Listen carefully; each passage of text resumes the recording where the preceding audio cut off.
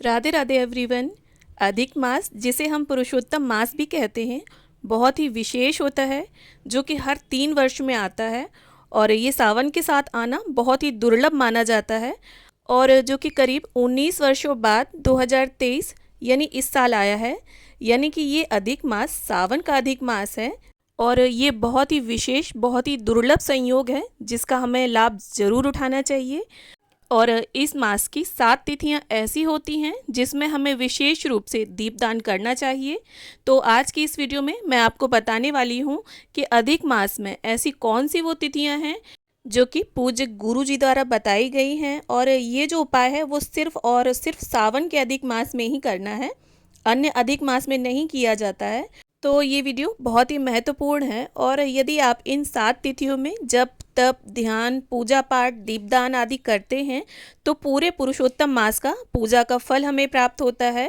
तो ये जो 7 तिथियां हैं ये बहुत ही विशेष मानी गई हैं। तो अब मैं बात करूंगी कि किस तरह हमें ये दीपदान करना है इन 7 तिथियों में, जो कि हमारे शास्त्रों में भी वर्णित है। तो इसमें हमें क्या करना है, आप चाहें तो दिए आप मिट्टी के भी ले सकते हैं या आटे के दिए भी बना सकते हैं। बस ध्यान ये रखना है कि जो आटा आप गूंदेंगे उसमें आप नमक ना मिलाएं। और दिए तैयार करने के लिए हमें देसी घी का ही प्रयोग करना है।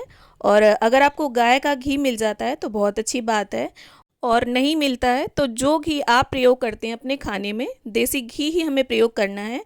और बाती इसमें हमें लंबी लगानी है। और इस तरह से हमें 5 दिए बनाने हैं। और लंबी बाती इसलिए क्योंकि लंबी बाती जो होती है वो बहुत ही विशेष होती है।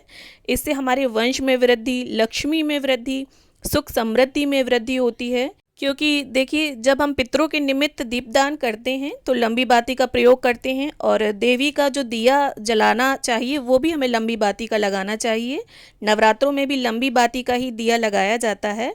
तो इसमें हमें लंबी बाती के 5 देसी घी के दिए बनाने हैं और इन्हें अधिक मास सावन की 7 तिथियों में प्रज्वलित करना है। जिसमें पहली जो तिथि है वो पंचमी तिथि है, दूसरी तिथि जो है वो अष्टमी तिथि है, और तीसरी एकादशी, चौथी प्रदोष यानी त्रयोदशी की तिथि, और पांचवी शिवरात्रि जो कि बहुत ही विशेष होती है, छठी अमावस्या और 7वीं पूर्णिमा। तो ये जो 7 तिथियां हैं बहुत ही विशेष होती हैं। और देखिए, एक अधिक मास यानी एक अधिक मास 1 महीने का होता है जिसमें सभी तिथियां 2-2 बार पड़ती हैं। तो ये उपाय हमें एक बार ही करना है। और मान लीजिए जैसे कि कोई हमारी तिथि छूट गई है किसी भी कारण से, जैसे पंचमी, अष्टमी और एकादशी की जो तिथियां हैं वो निकल चुकी हैं, तो ऐसे में चिंता की कोई बात नहीं है। आगे आने वाली पंचमी, अष्टमी और एकादशी में आप इसको कर सकते हैं। और 5 दिए तैयार करने के बाद ये दिए हमें देखिए कहाँ कहाँ रखने हैं वो मैं आपको बताती हूँ। तो इन 5 दियों में हमें पहला जो दिया है वो शिवालय के मुख्य द्वार पर प्रज्वलित करना है। और दूसरा जो दीपदान करना है वो बेल वृक्ष के नीचे, और तीसरा आंवले के वृक्ष के नीचे, और चौथा जो दिया है वो किसी नदी के घाट, कुएं, तालाब या सरोवर के समीप हमें दान करना है। और अगर नहीं है ये तीनों चारों चीज़ें आपके आसपास, तो आपको अपने घर में जहाँ भी आप पानी स्टोर करते हैं, कोई घड़ा या फिल्टर के पास, वहाँ आपको ये दीपदान करना है।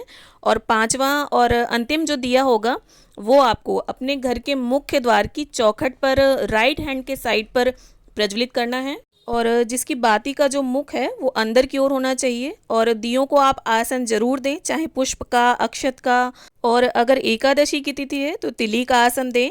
और बहुत ही विशेष उपाय है, माना जाता है कि सावन अधिक मास में यदि हम ये उपाय करते हैं तो हमारे घर में सभी प्रकार की सुख समृद्धि आती है, रोगों का नाश होता है। और व्यक्ति का यदि किसी भी प्रकार का कोई काम रुका हुआ है, अटका हुआ है, और या धन संबंधी कोई समस्या आ रही है तो वो सब दूर होती है।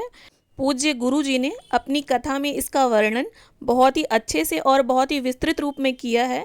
तो आने वाली ये जो 7 तिथियां हैं इसमें आप दीपदान अवश्य करें। बहुत ही विशेष तिथियां हैं और सावन अधिक मास में पड़ रहा है तो बहुत ही दुर्लभ संयोग है।